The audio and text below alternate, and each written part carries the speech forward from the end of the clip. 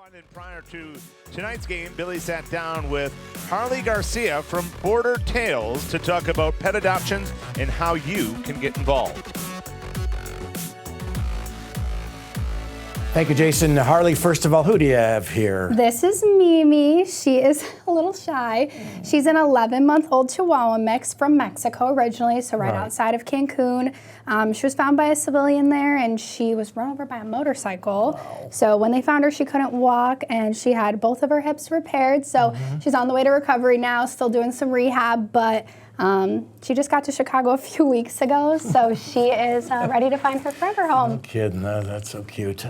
When you go on your website, Border Trails, the first thing you see is mission, your mission. Tell us a little bit about that. Yeah, so I started Border Tales with the mission of rescuing dogs from Mexico, and it's definitely expanded since I opened Border Tales. So many dogs locally that need help, but Mexico really has my heart. That's where I got my dog from. That's what inspired me to start it. So, yeah, I mean, for me, it's really just about saving the most vulnerable dogs. Medical cases are for sure my passion. So, you know, I've been working a lot locally, though, especially with Chicago Animal Care and Control right now. You kind of answered what I was going to ask you, but yeah. I know you were pretty young when you started this. Yeah. Take us back to that time and why you really got into it. Yeah, so I was 20 when I first started Border Tales. Now you're 21. No, just joking. 24 now, so just a few years ago. But I was in college and I was really struggling with anxiety, and so I was like, what can I do to kind of fill my time after I got my dog, realized how much help they needed in Mexico. So started very small, and then COVID happened, and well, lots of people wanted to adopt, lots of people also needed to give their pets up. So during that time is when things kind of blossomed. You mentioned Mexico a lot, and I know Chicagoland and Mexico is your main areas that you concentrate on.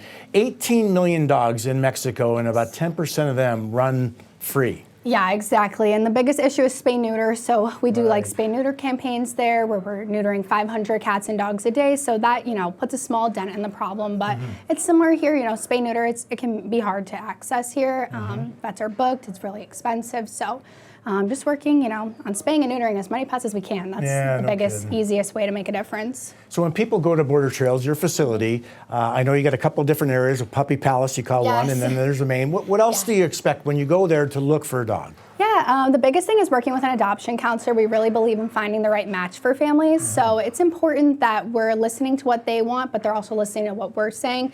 You might have in mind what you want, but it might not be the right fit for you. So we know the dogs really well, and we take a lot of pride in that. So for us, it's just really important that everyone gets to know the dog that they're meeting, and we find the right match for them. I think I said Border Trails. It's Border Tales. It's a dog tail. Yes. We're going to show you a graphic here because it's so expensive, really. And what you do takes a lot of money. It takes a lot of donations. Can you maybe touch upon a couple of these? Yeah, so a month of food for one dog is around $30. Flea and tick preventatives are $20 a month. Heartworm preventatives are $10 a month. Other costs are deworming, staff, the rent. That's one of the biggest expenses, staff and rent, utilities. And then that doesn't include all of the extra medical care. So dogs like Mimi that need extra surgeries could be $3,000 to $4,000, $10,000. I mean, it runs the gamut. So, you know, vet care, I would say, and rent and staff are the biggest expenses. But, you know, just a small donation makes a big difference. $10, that would give heartworm preventative for a month. How do you know when you're like, how do you get dogs from, say, Mexico? Like, what happens? What transpires to get all these dogs? So we have partner rescues in Mexico, and those rescues are kind of doing the groundwork there. They're letting us know, we're helping with expenses, you know, and then when we have volunteers that are flying to that area, so we do Cancun or Mexico City, it's just like a regular person that's going for like a vacation.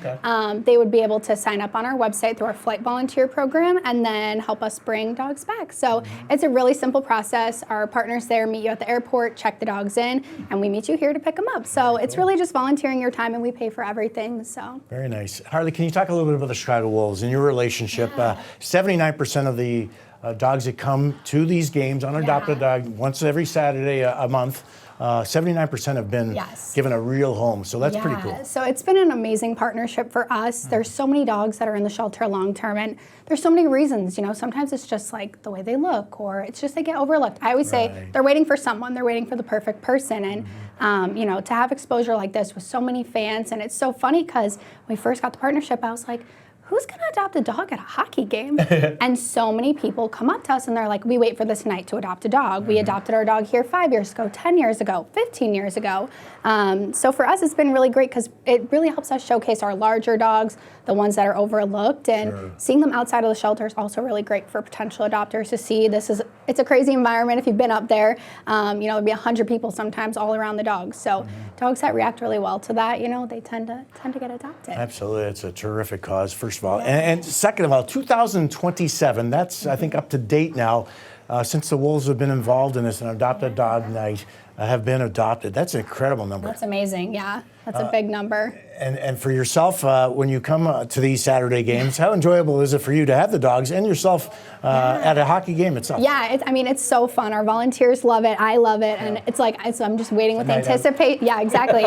Waiting with anticipation to see. Oh my God, so and so's going to get adopted. So and so's going to get adopted. So, our staff, especially even the people who can't be here, we all look so forward to these nights, and really gives the underdogs a chance. And for me, underdogs are my mission. So. It's a great partnership. Yeah, it is kind of sad too, but it is so cool that you do all this work. They all get adopted eventually, They do. It's happy. And hopefully, maybe tonight you get a new home. Yes, hopefully. Harleigh, thank you so much, and have a great night tonight thank on you so Adopt a Dog much. Night here with the Chicago Wolves. We'll be back with more of the second intermission after this.